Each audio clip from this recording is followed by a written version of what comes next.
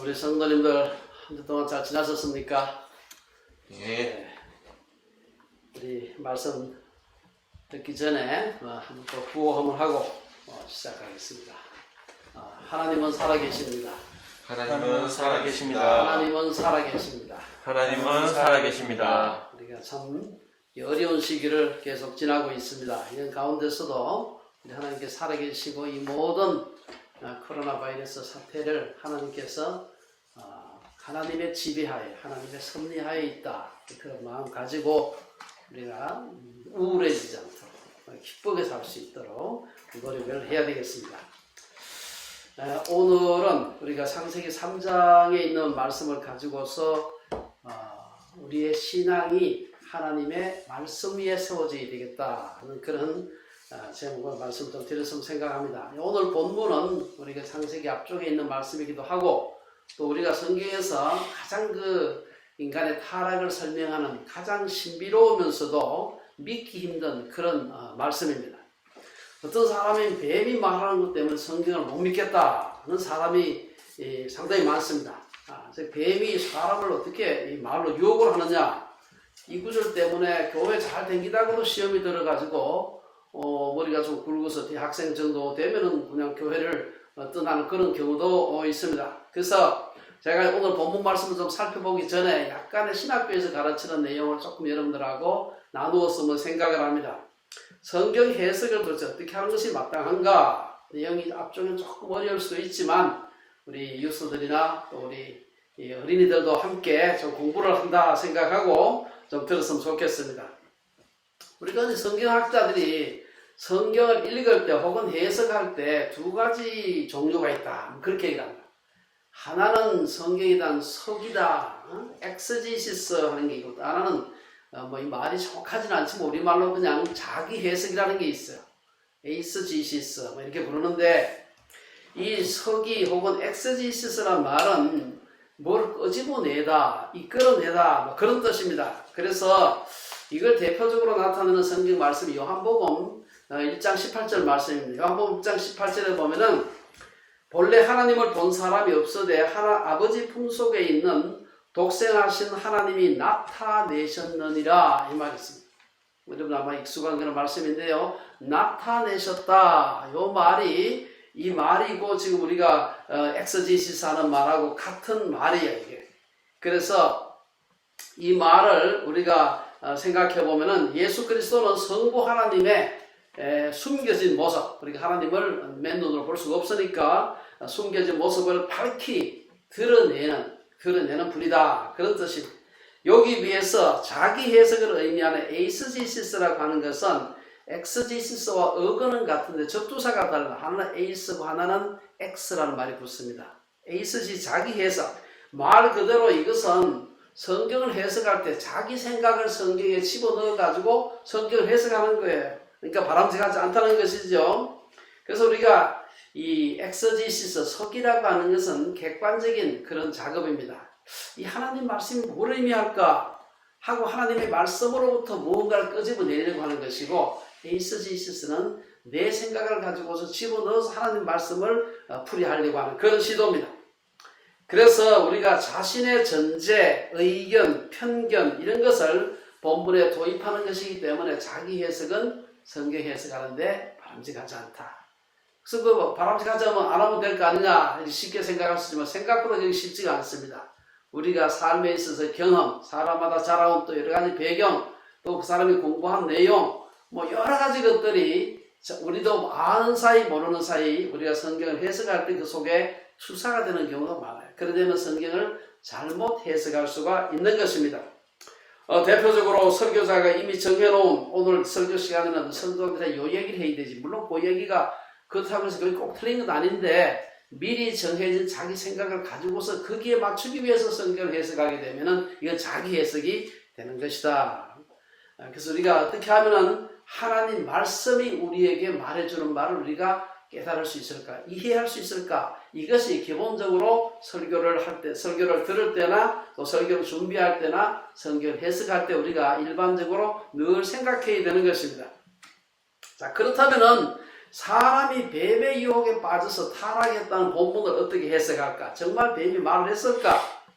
사실은 요즘 현대인들 중에서 과학적 사고를 하는 사람들 중에서는 아니 뱀이 어떻게 해서 말을 하냐, 이것은 이솝 우화에나 나오는 얘기인데 이것은 말이 안 된다.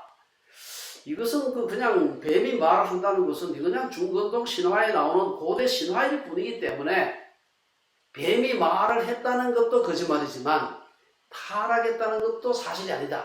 이렇게도 주장을 하는 사람들이 꽤 많이 있습니다. 근데 사실 성경은 여기뿐 아니고 민수기 22장에 보면은 발람의 나귀가 말하는 게 나와요. 앞뒤 문맥은 여러분 좀 아시는 분은 아실 거예요.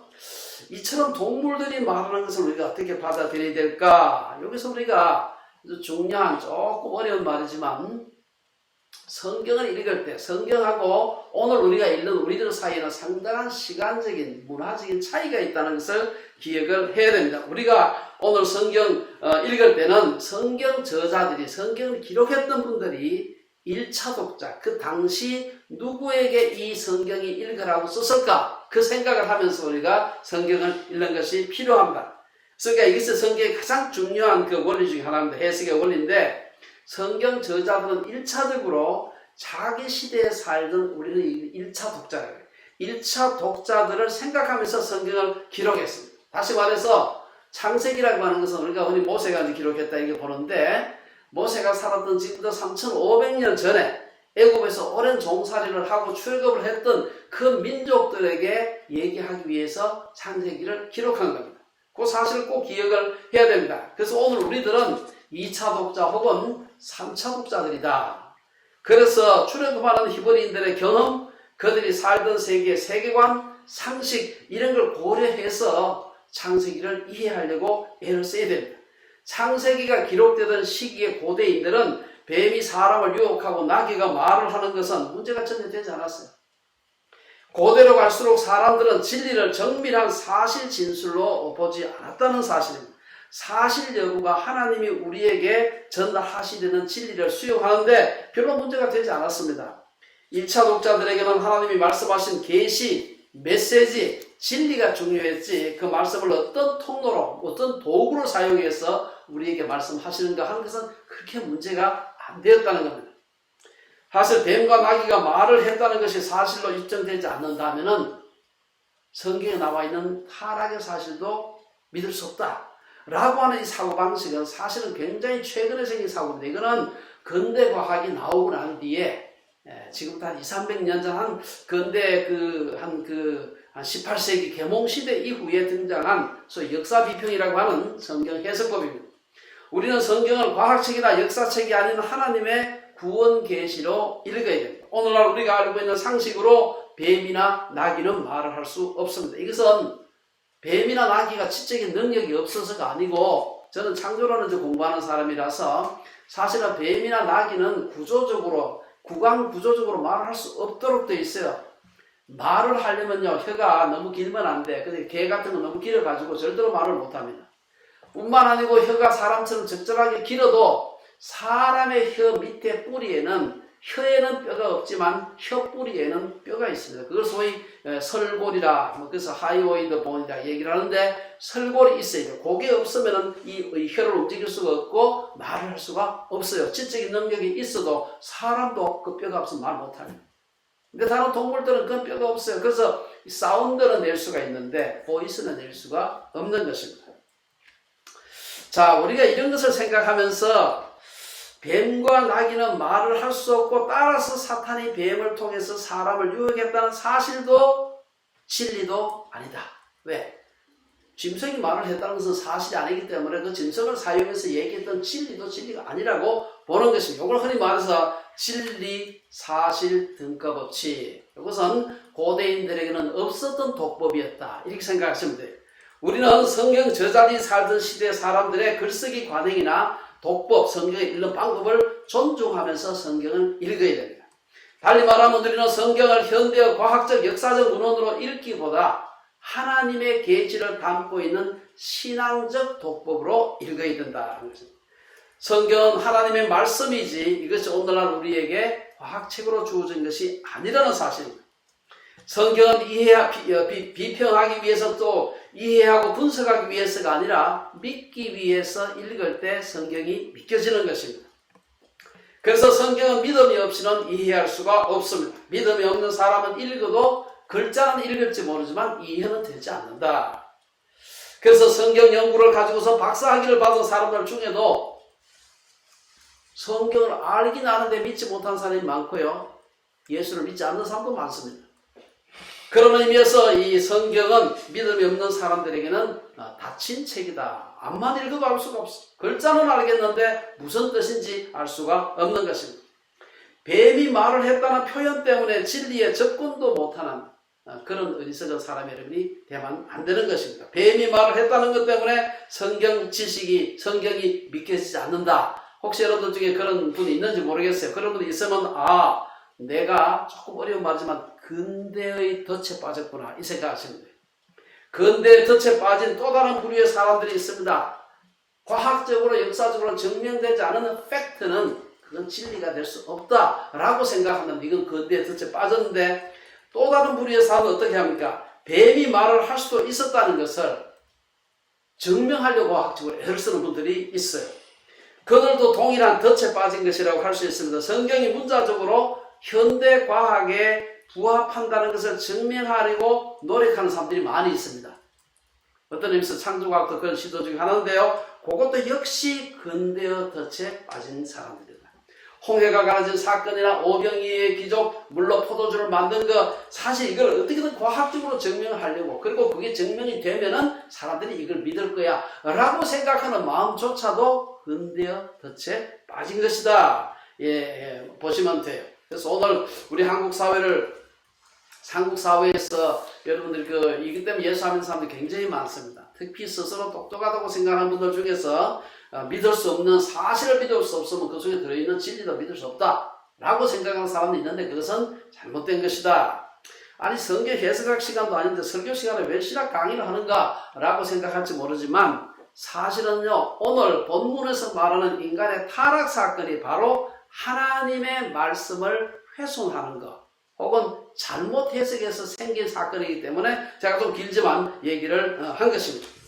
오늘 본문에서는 타락의 본질을 말씀을 훼손하는 것으로, 다시 말해 말씀을 잘못 이해하고 약화시키고 거기다가 더하고 빼고 이런 말씀을 훼손하는 그 사건을 오늘 다루고 있는데, 오늘 본문에서는 한 3단계로 오늘 말씀을 나누어서 생각해 볼 수가 있습니다. 첫째는 하나님의 말씀을 의심하게 만드는 단계에 있어요. 1절에 보면 그 말이 나오죠. 뱀은 여호와 하나님이 지으신 들짐승 중에 가장 간교하니라. 그래서 들짐승 중에 뱀이 있다. 이건 무슨 뜻입니까?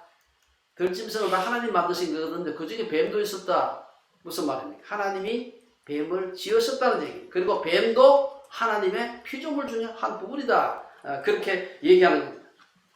그런데 왜 하필 뱀이 사탄의 통로로 사용되었을까? 이게 조금 복잡한 얘기입니다. 이것은 사실 그 당시에 고대 중근동의 그 문화를 조금 이해해야 됩니다. 고대 중근동에 이미 사실은 성경이 기록되던 그 시대, 그 전에도 보면은 뱀은 악의 어떤 화신, 상징으로 사용돼요. 악한 왕의 상징으로도 사용되기도 하고 악함의 상징으로 사용되는 것입니다. 그것이 이제 주후 2세기의 외경 같은 데도 들어와 있는데요. 뱀은 하나님의 백성들을 괴롭히는 그런 악한 존재다. 외경 중에 지혜서라는 게 있어요. 거기 보면은 지혜서 16장 10절에 보면 그 얘기 딱 나와 있습니다. 그래서 뱀을 하나님께서 실제로 사용했다. 그래도 볼 수 있지만 뱀은 하나님의 피조물이면서 동시에 악한 통치자, 악의 표상이기 때문에 이런 뱀의 이미지를 고대 중근동의 이미지에 익숙했던 모세가 하와를 타락하기 위해 에덴을 찾아온 사탄을 드러내기 위해 그 이미지를 차용했다고 볼 수가 있습니다. 이제 여러분 뱀이 말을 했다는 것이 성경 타락 사건을 믿는데 자기가 되는지 모르겠어. 아직까지 뱀이 말을 했다. 사실은 그건 하고 안 하고의 문제가 아니고 그걸 통해서 우리에게 하나님께서 말씀하시는 타락의 사건에 포커스를 맞추는 것이 필요합니다. 자, 그러면 사탄이 뱀을 통해서 어떻게 하와를 유혹했는가 본문을 살펴보면, 첫째, 사탄은 하와로 하여금 하나님의 말씀을 의심하게 하는 간교한 질문을 했습니다. 이 사탄의 특징이 이제 간교함인데, 간교함이라는 것은 지혜라는 말인데요. 이건 악한 지혜, 하나님을 대적하는 지혜, 반역하는 지혜를 말해요. 사탄은 인간을 간교한 말로 유혹합니다. 그 간교함은 그가 인간에게 다가올 때 아름답게 자기를 위장하는 것으로도 드러납니다. 사탄은 무섭고 폭력적인 방법으로, 모습으로 다가오지 않고요, 아주 아름다운 모습으로 온다. 그래서 사도 바울도 이 사탄을 가리켜서 사탄도 자기를 광명의 천사로 가장한다. 고린도후서 10장에 그런 얘기를 하고 있습니다. 본문에서 사탄의 간교함은 또 하와에게 와서 말도 되지 않는 터무니없는 말로 유혹하지 않은 데서도 드러납니다. 그는 하와에게 다가와서, 야, 하나님이 존재하냐, 존재하느냐, 말도 되지 않는 소리 하지 마라. 이렇게 해서는 아마 하와가 말을 듣지도 않았을 테고 걸지도 않았을 겁니다.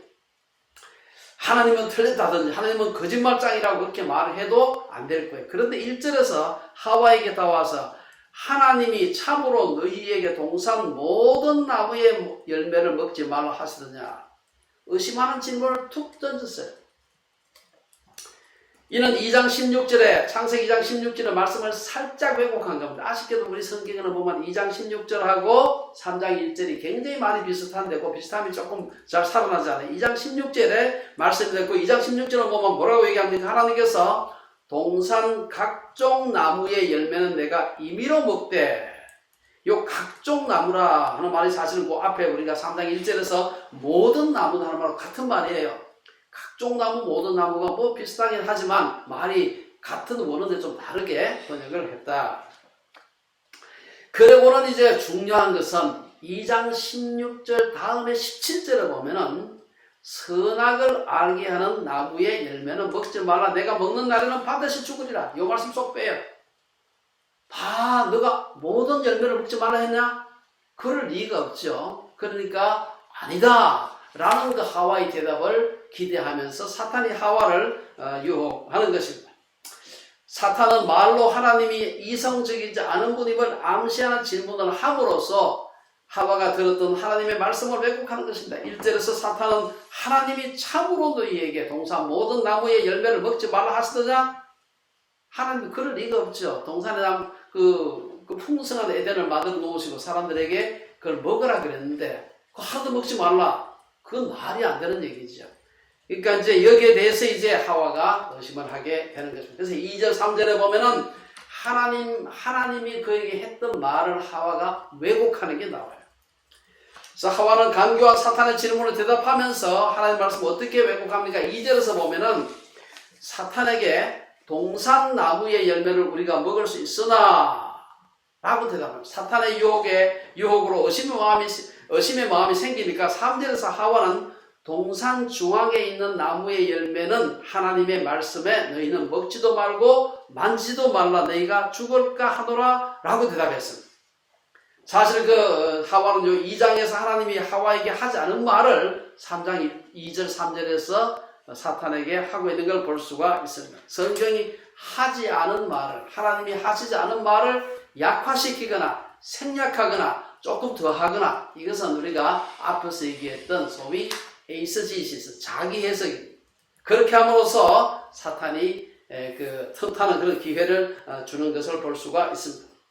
사실은 하나님의 말씀은 무지해서 물론 왜곡하는 경우도 많습니다만은 신학자들의 복잡한 이론 속에서도 왜곡되는 경우가 많습니다. 우리의 일상생활 가운데서도 일어나고요. 우리 역사적으로 최근에 우리 한 2, 300년 동안 일어났던 운동 중에 역사적 예수 운동 뭐 그런 게 있었어요. 성경에 가만히 읽어보니까 복음서야 예수 있는 이름물이라 하고 복음 사복수에 자세히 나와 있고 또 바울 서신이라고 우리 신약 성경에 자세히 나와 있는데, 이거는 그 초대교회 예수님의 사도들 제자들이나 이 사도 바울 같은 사람들이 한참 예수님 세상 떠난 뒤에 머릿속에서 사실은 글을 막 생각하다 보니까 글을 신격화해가지고 써놓은 글이지, 실제로 예수님께서 팔레스타인에 2000년 전에 그 팔레스타인의 땅을 밟고 다니셨던 그 예수의 모습은 아니다. 그걸 찾아야 된다. 이렇게 하면서 엉뚱한 얘기를 하는 사람들이 많이 있습니다. 그래서 어쨌든 공부를 열심히 한다고 하면서 엉뚱하게 성경을 해석하는 그런 분들도 있습니다. 그래서 우리가 하나님의 말씀을 왜곡하지 않도록 하나님 말씀을 우리가 우리의 편견을 가지고서 하나님 말씀을 왜곡하지 않는 것이 굉장히 중요하다. 세 번째 4절 5절을 보면 말씀을 부정해요.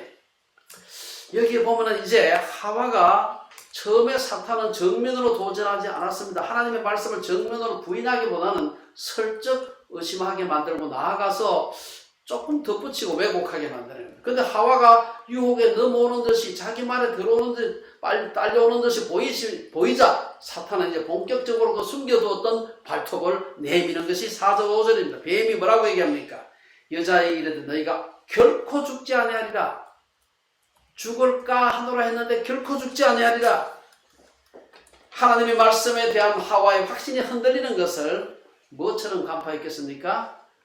귀신처럼 간파했다면 이 사탄이 귀신처럼 간파하고는 사탄은 4절에서 단호하게 하와의 말을 가로채웁니다.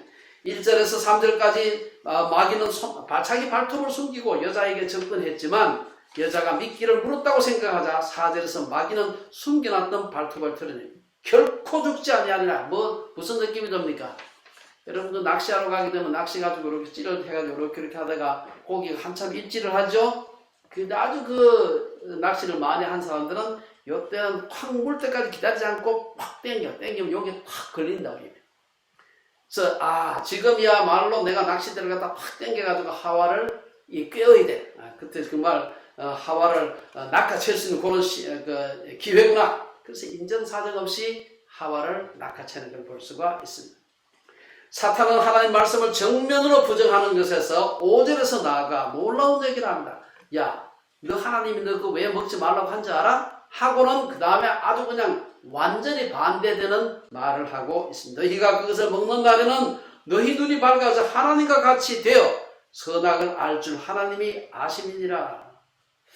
놀라운 얘기죠. 놀라운 얘기죠. 이것은 신이 되고자 하는 인간의 욕구를 그대로 드러내고 있습니다. 유발 하랄이라고 하는 그 사람 아시죠? 유명한 베스트셀러 작가. 이 사람은 여기서 우리가 사실 볼 수 있는 게 뭐냐? 유발 하랄의 책 제목처럼 호모 데우스의 유혹을 볼 수가 있습니다. 미국 심리학자 폴 비츠라는 사람은 종교로서 심리학, 사이콜로지에서 릴리전이라는 책에서 현대의 가장 무서운 종교가 있으면 그것은 바로 자기 숭배의 이단이다. 그런 말 좀 어려운 말입니다만은 나도 인간 이상 초월적인 존재 신이 될 수가 있다 라고 생각하는 환상입니다. 그러한 환상은 사실은 인간에게 있어서 가장 큰 유혹이라고 할 수가 있습니다. 우리가 역사적으로 봤을 때 진시 황제, 나폴레옹, 히틀러, 알렉산더 수많은 영웅 호걸들은 모두 신이 되려는 욕구가 있었던 사람들입니다. 북한과 중국과 북한, 러시아에도 그런 인간들이 있는 것 같습니다. 하지만 그들은 신이 되지 못했습니다. 왜 못했습니까? 그 이유는 그들이 신이 아니기 때문입니다. 그들의 본질이 신이 아니기 때문입니다. 신이 되려는 유혹은 결국 남을 지배하려는 유혹입니다. 고대 제국의 왕들이 하나같이 자기를 신격화했습니다. 왜 그렇습니까? 내가 신이다 라고 얘기해야 백성들을 지배하기가 쉬운 거예요. 섬기는 마음은 하나님이 주신 마음이지만 지배하려는 생각은 사탄이 준 것입니다. 오늘 우리가 여기서 오늘 2장 3장 5절에서 그 말을 아주 정확하게 볼 수가 있습니다. 자신의 분수를 넘어서려고 하는 순간부터 인간은 불행하게 됩니다. 완전하지도 전지하지도 않은 인간이 선악을 구분하는 지식을 갖게 되면 그 결과는 싸움과 전쟁과 분열뿐입니다. 이런 인간이 영생에서는 안 되기 때문에 하나님은 창세기 3장 끝에 가서 보라, 이 사람이 선악을 아는 일에 우리 중 하나같이 되었으니 그가 그의 손을 들어 생명나무 열매도 따먹고 영생할까 하노라 하시고 그 사람을 쫓아내시고 에덴 동산 동쪽에 그룹들과 두루 도는 불칼을 두어 생명나무의 길을 지키게 했다. 자, 이제 마지막으로 6절을 보면은 그렇다면은 말씀에 기초한 신앙이 무엇인가? 아담과 하와는 사탄의 말을 귀를 기울임으로 말씀을 의심하고 왜곡하고 부정하게 되었고 결국 선악과를 먹게 되었습니다. 본문은 하와가 사탄의 유혹하는 음성을 듣고 선악과를 보니까 6절에 보면은 먹음직도 하고 보암직도 하고 지혜롭게 할 만큼 탐스럽기도 했다. 사실은 이 에덴에서의 이 유혹의 모습은 모든 인간 사회 그 이후로 인간 사회에서 일어났던 모든 유혹의 프로토타입이 되었다. 이렇게 볼 수가 있습니다. 이 유혹에 빠지는 것, 그것이 바로 타락이라는 것이 육체적이고 물질적인 유혹, 먹음직하다. 먹음직하다. 여러분 맛있는 음식도 먹고 싶죠. 먹음직스러운 유혹이죠. 이 유혹인데 전혀 냄새만 나고 전혀 먹고 싶지 않다. 그러면 유혹 당하지 않죠. 가시적이고 감각적인 유혹, 보암직한 유혹이지. 탐욕적이고 영적인 탐스러운 유혹이죠. 이 유혹은 신약에서 두 차례 언급되고 있습니다. 첫째는 마태복음 4장에서 예수께서 성령에 이끌려 마귀에게 시험을 받으러 광야로 가셨을 때에 나타납니다. 40일을 밤낮으로 금식한 후에 예수님이 받았던 세 가지 유혹은 에덴에서 하와가 받았던 이 사탄의 유혹과 동일합니다. 첫째는 돌돌로 뜯덩이가 되게 하라. 4장 3절 마태복음 4장 3절 먹음직함에 대한 유혹이죠. 둘째는 내가 만일 하나님의 아들이었거든 이 성전 꼭대기에서 뛰어내리라. 사람들의 눈에 보암직한 와 대단하구나. 이 보암직함에 대한 유혹이다. 마지막으로 셋째는 지극히 높은 산으로 가서 내게 엎드려 경배하면 이 모든 것을 네게 주리라. 무슨 유혹입니까? 탐스러움의 유혹이다. 둘째는 요한일서 2장에도 비슷한 얘기가 나오고 있습니다. 사도 요한은 요한일서 2장 16절에서 이는 세상에 있는 모든 것이 육신의 정욕과 안목의 정욕과 이생의 자랑이니 다 아버지께로부터 온 것이 아니요 세상으로부터 온 것이라. 예수님이 공생애를 시작하기 전에 받았던 세 가지의 유혹이나 요한이 말했던 육신의 정욕, 안목의 정욕, 이생의 자랑, 이것은 바로 아담과 하와를 실패하게 했던 에덴 동산에서 사탄의 유혹이었습니다. 오늘 우리가 받는 물질, 성, 건강 등에 대한 유혹도 마찬가지입니다.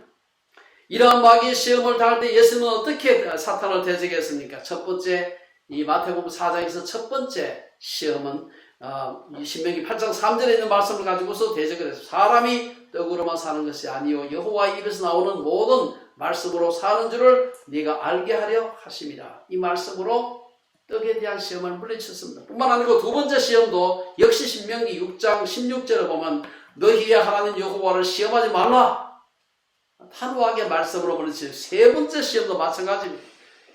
신명기 6장 13절에서 네 하나님 여호와를 경외하며 그를 섬기며 그의 이름으로 맹세할 것이니라. 사탄의 시험을 물리치셔서 에덴에서의 말씀에 대한 의심, 말씀에 대한 왜곡, 말씀에 대한 부정으로 일어났던 인간의 범죄를 예수님께서 말씀으로 이기신 것입니다. 결론적으로 오늘 말씀 정리해서 마치겠습니다. 오늘 말씀을 요약해보면 에덴에서의 타락은 사탄의 유혹이었기 때문에 일어났습니다. 어떤 사람은 사탄의 뱀을 통해서 하와를 유혹했다는 것 때문에 뱀을 굉장히 요새 막 극혐하는 그런 사람이 있어요. 그래서 막 보이는 대로 뱀을 잡아 죽이는 사람이 있는데 그건 뭔가 크게 오해한 것이다. 그럼 사람을 타락하게 한 것은 뱀이 아니라 사탄입니다. 뱀은 자연에서 다른 토끼나 사자와 같이 나름대로의 소위 말해서 생태계적 지위를 가지고 있는 하나님의 피조물입니다. 그래서 뱀을 막 잡아 죽이고 이런 건 안 된다. 저도 뱀 좋아하는 사람은 아닙니다만은 어쨌든 먹음직도 하고 보암직도 하고 지혜롭게 할 만큼 탐스럽기도 한 선악과는 인류 역사에서 인간이 맞닥뜨렸던 자기 우상화를 상징하는 것입니다. 그래서 칼빈은 인간을 영원한 우상 공장이다. 아담과 하와는 에덴에서 자기 우상화의 시험에 물어졌지만 둘째 아담 예수님은 이 시험을 말씀으로 이겼다. 자, 그렇다고 성경 말씀 이외의 모든 지식은 무가치한가? 어떤 사람은 성경만 알면 되지 다른 모든 지식은 무가치하다.